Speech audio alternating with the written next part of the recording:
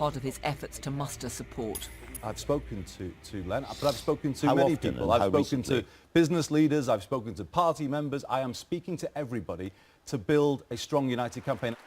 The rules have changed. Since Ed Miliband was elected leader 5 years ago, the unions no longer have 1/3 of the votes. This time it will be one member, one vote. But for the next 3 months, new members can join the party and get a vote. There are concerns that large numbers of union supporters may still play a decisive role in choosing the next leader of the Labour Party. Carol Walker, BBC News. More schools in England are to be taken out of local council control and given new leadership as academies, and the powers to be outlined in the Queen's speech.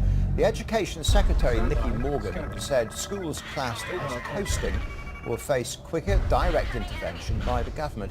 Well, our correspondent Elizabeth Blinker is at the Department for Education. And so, Elizabeth, more academies, how's that likely to go down with head teachers? Well, I don't think it's likely to make her particularly popular with them. But the recent election victory means that Nicky Morgan does now have the opportunity to implement some of the Conservative promises that were made in their manifesto. And many of those will be seen as following on from the reforms started under Michael Gove. Of course, he wasn't particularly popular with the teaching unions. So what will this mean? Well, it will mean more self-governed academy schools, more free schools set up by parents, and making it easier to sack head teachers. But also this idea of tackling not just failing schools, but also the schools that are seen as coasting. What is a coasting school? Well, there are over 3,000 schools in England and Wales thought to be underperforming or in need of improvement.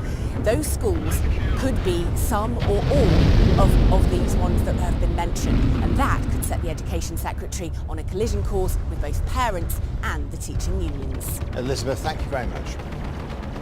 A senior Libyan official claims Islamic State militants using the Mediterranean